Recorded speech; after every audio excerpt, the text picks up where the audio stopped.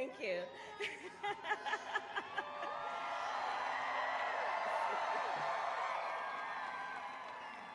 Thank you. Thank you, thank you, thank you, thank you, thank you. Oh, my heart is full right now. Thank you, everyone. Let me start. I want to thank Libby Schaaf, the great mayor of the city of Oakland. Can we hear it for Libby? And that incredible introduction and our long-standing friendship. You know, our mothers were friends together also here in Oakland, and I can't thank you, Libby, enough for your leadership and your friendship. So here we are. Here we are. Here we are. Well, let me tell you, I am so proud to be a daughter of Oakland, California.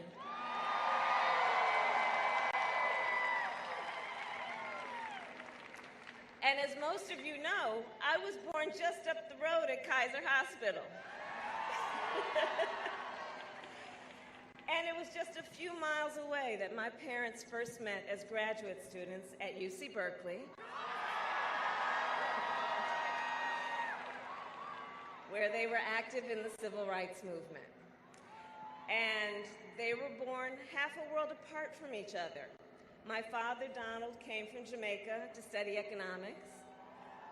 My mother, Shyamala, came from India to study the science of fighting disease. They came here in pursuit of more than just knowledge. Like so many others, they came in pursuit of a dream. And that dream was a dream for themselves, for me, and for my sister Maya. As children growing up here in the East Bay, we were raised by a community with a deep belief in the promise of our country and a deep understanding of the parts of that promise that still remain unfulfilled. We were raised in a community where we were taught to see a world beyond just ourselves, to be conscious and compassionate about the struggles of all people. We were raised to believe public service is a noble cause and the fight for justice is everyone's responsibility. In fact, my mother used to say, "Don't sit around and complain about things, do something." And basically, I think she was basically saying, you've got to get up and stand up and don't give up the fight.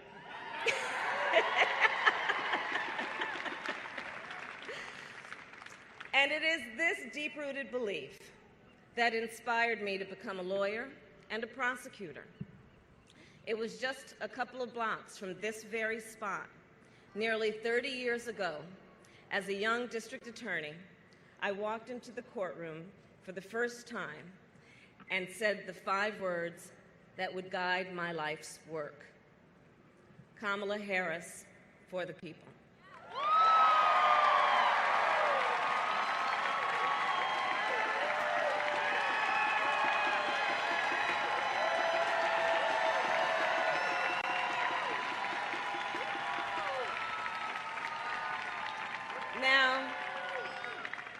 Now I knew our criminal justice system was deeply flawed, but I also knew the profound impact law enforcement has on people's lives and its responsibility to give them safety and dignity. I knew I wanted to protect people, and I knew that the people in our society who are most often targeted by predators are also most often the voiceless and vulnerable. I believed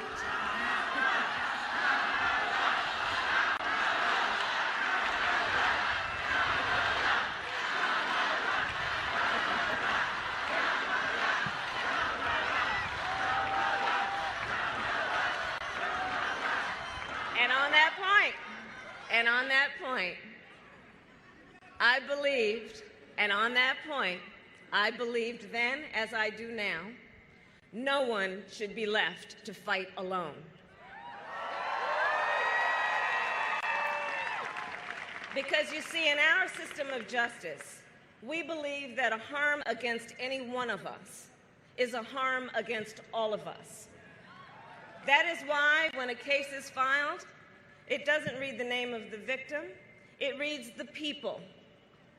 And this is a point I have often explained to console and counsel survivors of crime, people who faced great harm, often at the hands of someone they trust, be it a relative or a bank or a big corporation. I would remind them, you are not invisible. We all stand together, because that is the power of the people. And my whole life, I've only had one client, the people.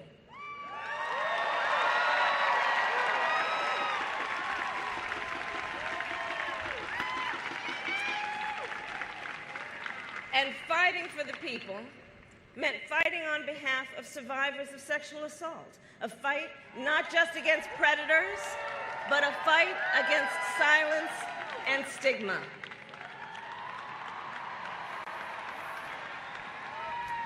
For the people meant fighting for a more fair criminal justice system at a time when prevention and redemption were not in the vocabulary or mindset of most district attorneys. We created an initiative to get skills and job training instead of jail time for young people arrested for drugs.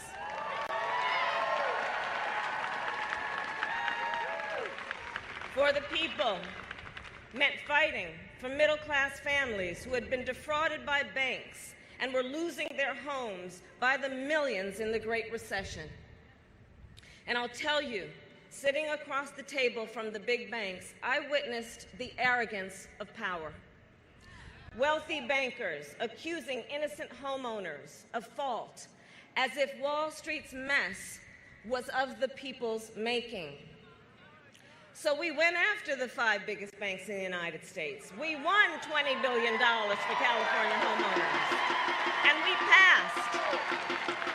And together, we passed the strongest anti-foreclosure law in the United States of America. We did that together. For the people meant fighting transnational gangs who traffic in drugs and guns and human beings. And I saw their sophistication, their persistence, and their ruthlessness. And folks, on the subject of transnational gangs, let's be perfectly clear. The president's medieval vanity project is not going to stop them.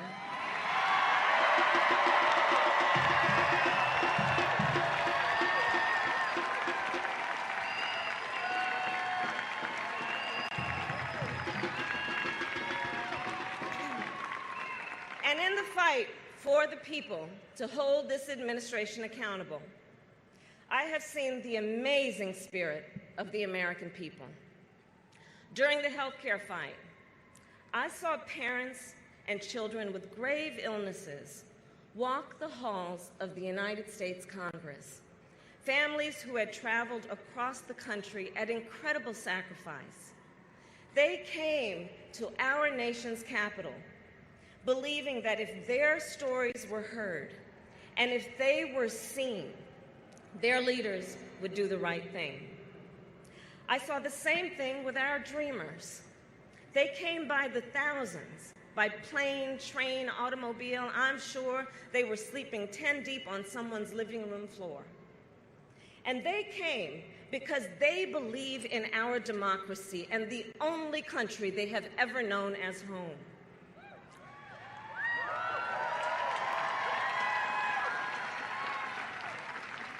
I met survivors who shared their deepest and most painful personal experiences, who told stories they had never before revealed, even to their closest loved ones, because they believed that if they were seen, that their leaders would do the right thing and protect the highest court in our land. And together, we took on these battles. And to be sure, we've won and we've lost. But we have never stopped fighting.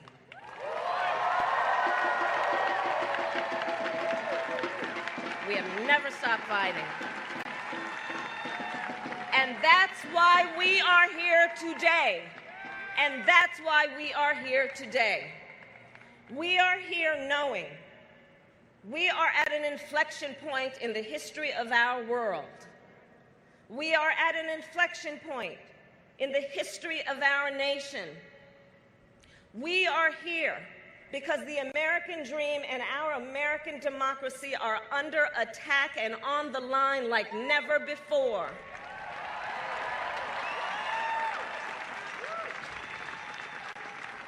And we are here at this moment in time because we must answer a fundamental question. Who are we? Who are we as Americans? So let's answer that question to the world and each other right here and right now.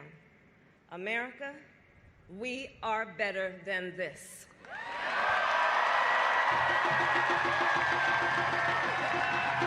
We are better than this.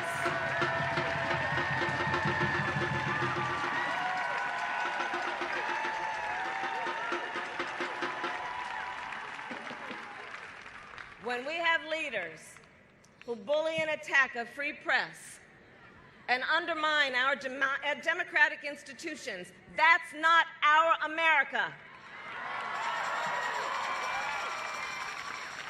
When white supremacists march and murder in Charlottesville or massacre innocent worshipers in a Pittsburgh synagogue, that's not our America.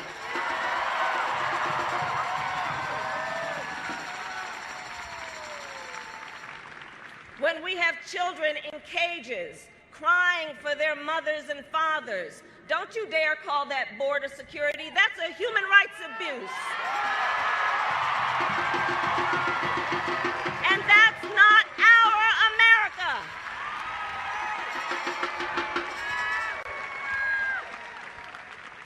When we have leaders who attack public schools and vilify public school teachers, that is not our America.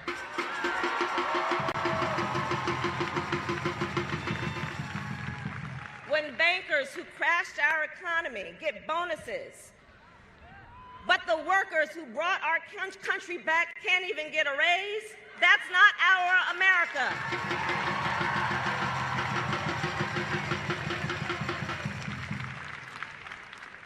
And when American families are barely living paycheck to paycheck, what is this administration's response?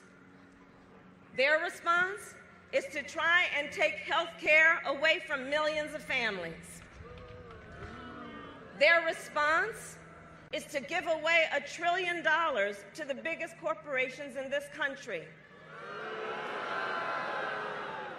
And their response is to blame immigrants as the source of all our problems.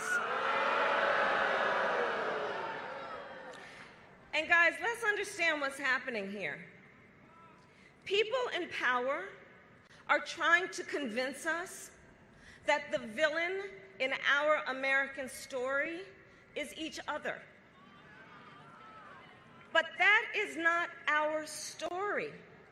That is not who we are. That is not our America.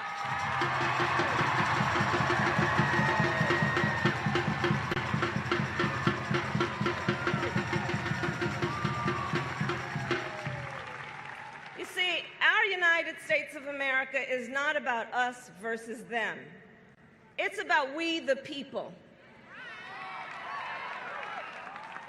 And in this moment, we must all speak truth about what is happening. We must seek truth, speak truth, and fight for the truth.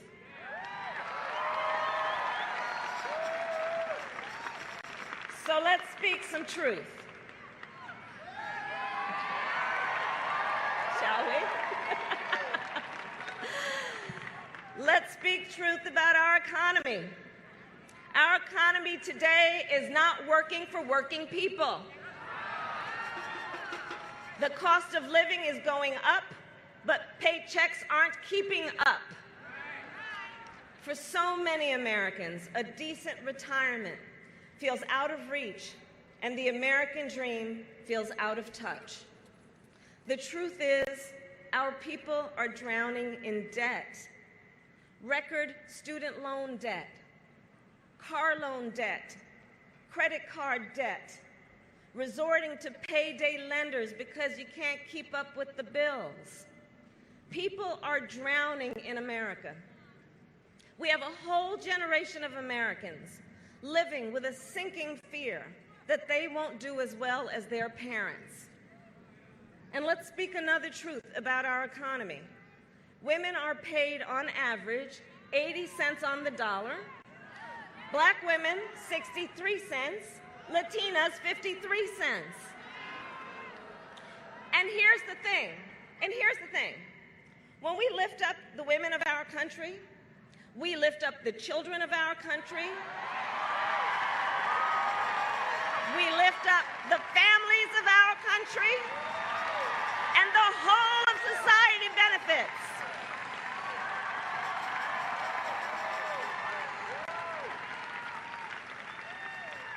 Let's speak another truth. Big pharmaceutical companies have unleashed an opioid crisis from the California coast to the mountains of West Virginia, and people, once and for all, we have got to call drug addiction what it is, a national public health emergency.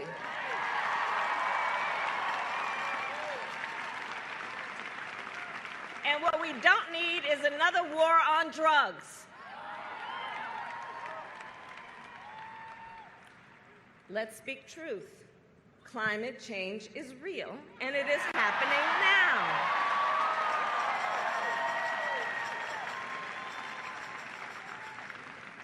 Everybody here knows, from wildfires in the West, to hurricanes in the East, to floods and droughts in the heartland.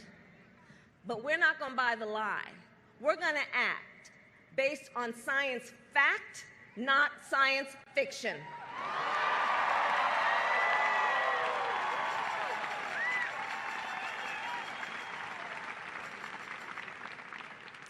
And let's speak an uncomfortable but honest truth with one another. Racism, sexism, anti-Semitism, homophobia, transphobia are real in this country.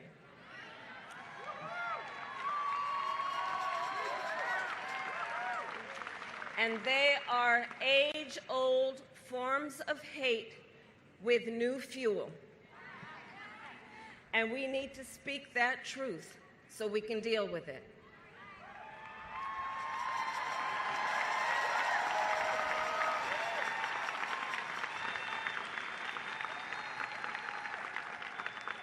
Let's also speak the truth that too many unarmed Black men and women are killed in America.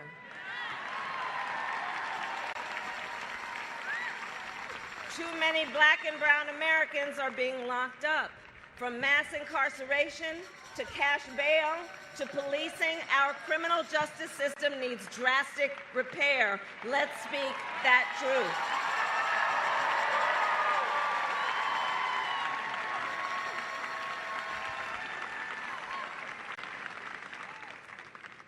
And let's speak truth. Under this administration, America's position in the world has never been weaker. When democratic values are under attack around the globe, when authoritarianism is on the march, when nuclear proliferation is on the rise, when we have foreign powers infecting the White House like malware,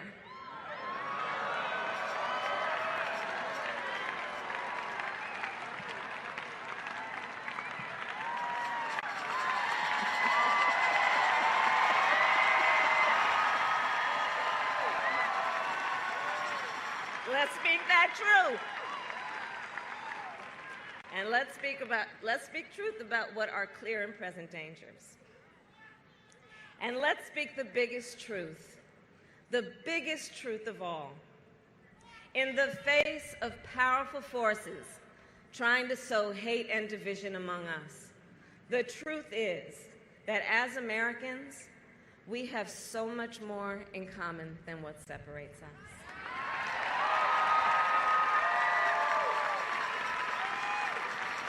Let's speak that truth. And let's not buy that stuff that some folks are trying to peddle. Let's never forget that on the fundamental issues, we all have so much more in common than what separates us. And you know, some will say, well, we need to search to find that common ground. Here's what I say. I think we need to recognize we are already standing on common ground.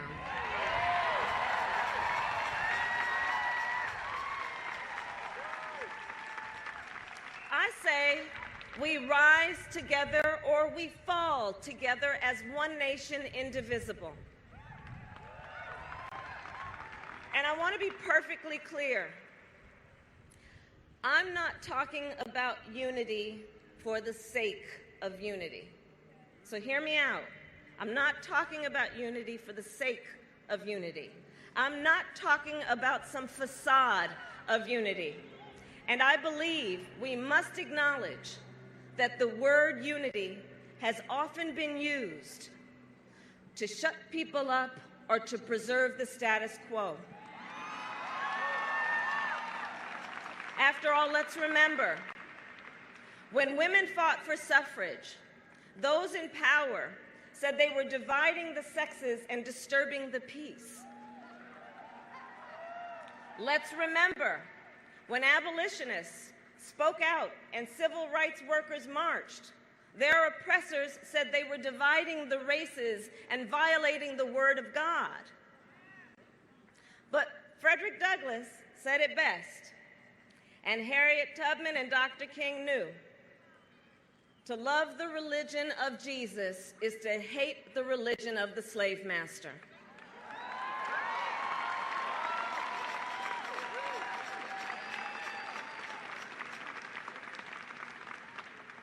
When we have true unity, no one will be subjugated for others. It's about fighting for a country with equal treatment, collective purpose, and freedom for all.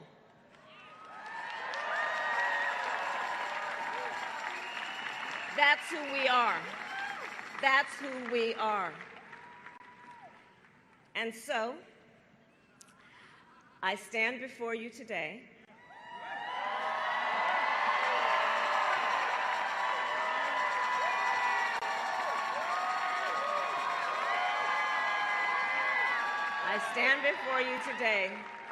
clear-eyed about the fight ahead and what has to be done.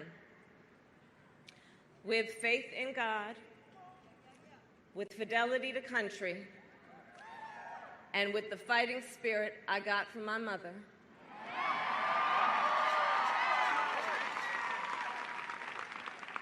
I stand before you today to announce my candidacy for President of the United States.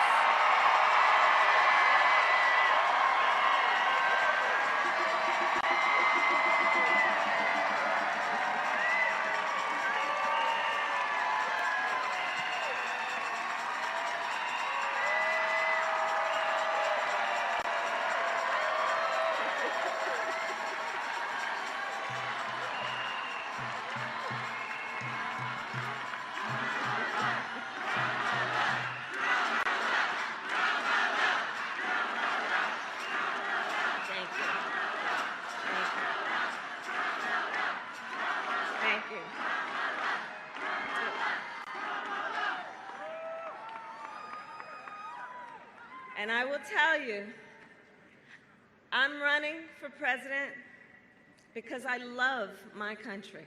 I love my country.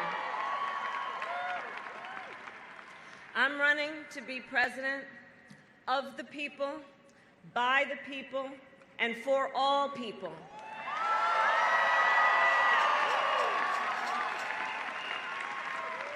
I'm running to fight for an America where the economy works for working people, for an America where you only have to work one job to pay the bills, and where hard work is rewarded, and where any worker can join a union.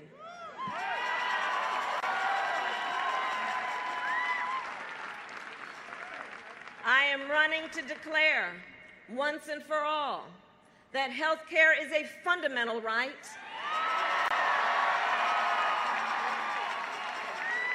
and we will deliver that right with Medicare for all.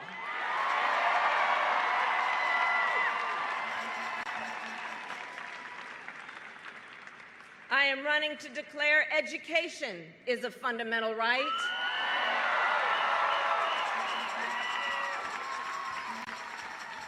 and we will guarantee that right with universal pre-K and debt-free college.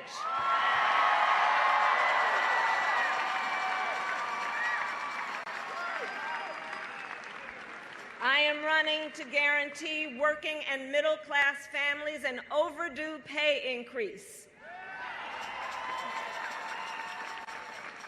We will deliver the largest working and middle-class tax cut in a generation,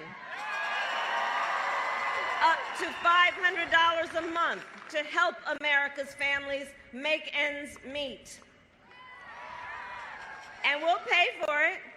We'll pay for it by reversing this administration's giveaways to the top big corporations and the top 1%.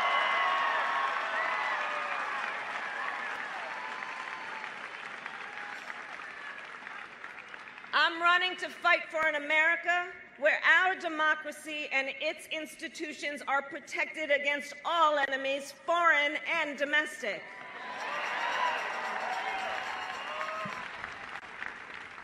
Which is why I will defend this nation against all threats to our cybersecurity.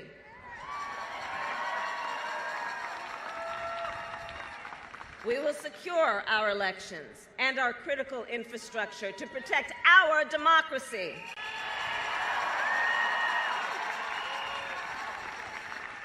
And we will honor our service members and veterans, so no one who has served this country has to wait in line for weeks and months to get what they are owed when they return home on first day.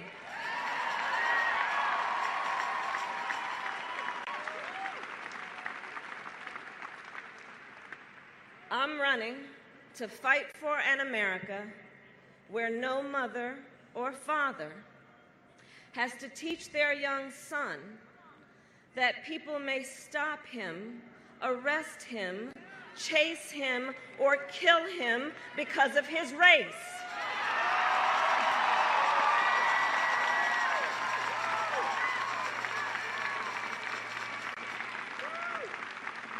An America where every parent can send their children to school without being haunted by the horror of yet another killing spree.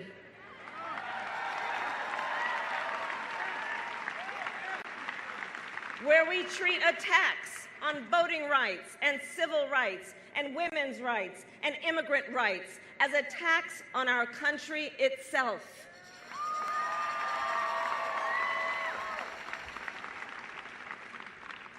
An America where we welcome refugees and bring people out of the shadows and provide a pathway to citizenship.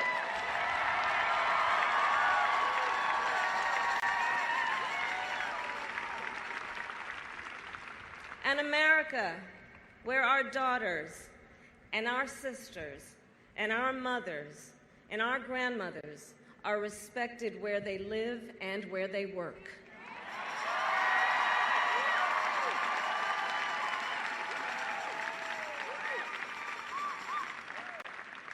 Where reproductive rights are not just protected by the Constitution of the United States, but guaranteed in every state.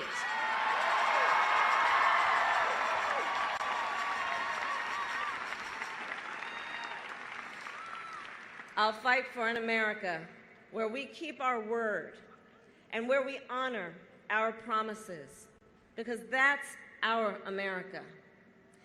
And that's the America I believe in. That's the America I know we believe in. And as we embark on this campaign, I will tell you this: I am not perfect. Lord knows I am not perfect. But I will always speak with decency and moral clarity and treat all people with dignity and respect.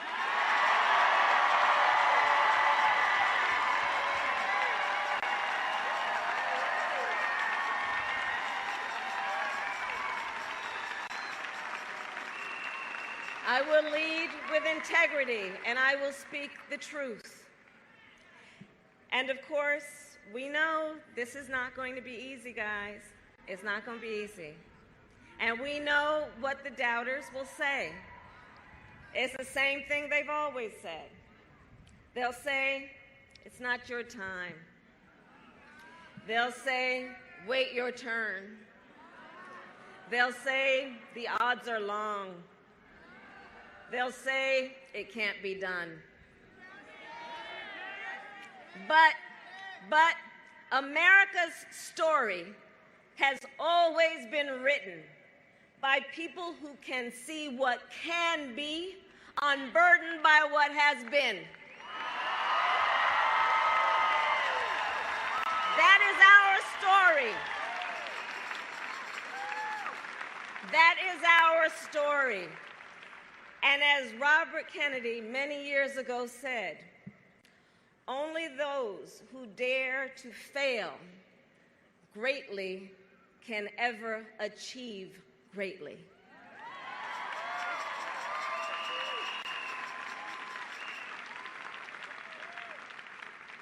He also said, I do not lightly dismiss the dangers and the difficulties of challenging an incumbent president. But these are not ordinary times. And this is not an ordinary election. He said, at stake is not simply the leadership of our party and even our country. It is our right to moral leadership of this planet.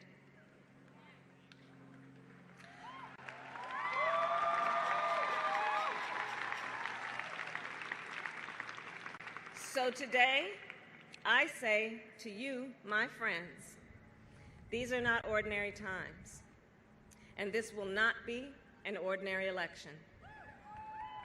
But this is our America.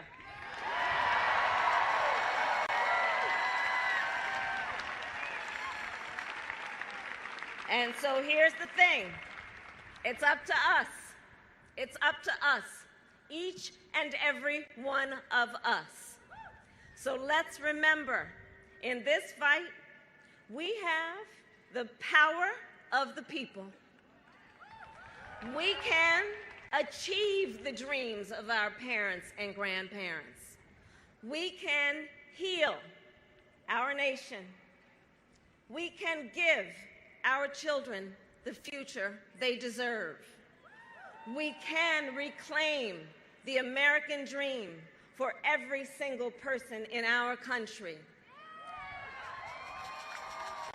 And we can restore America's moral leadership on this planet.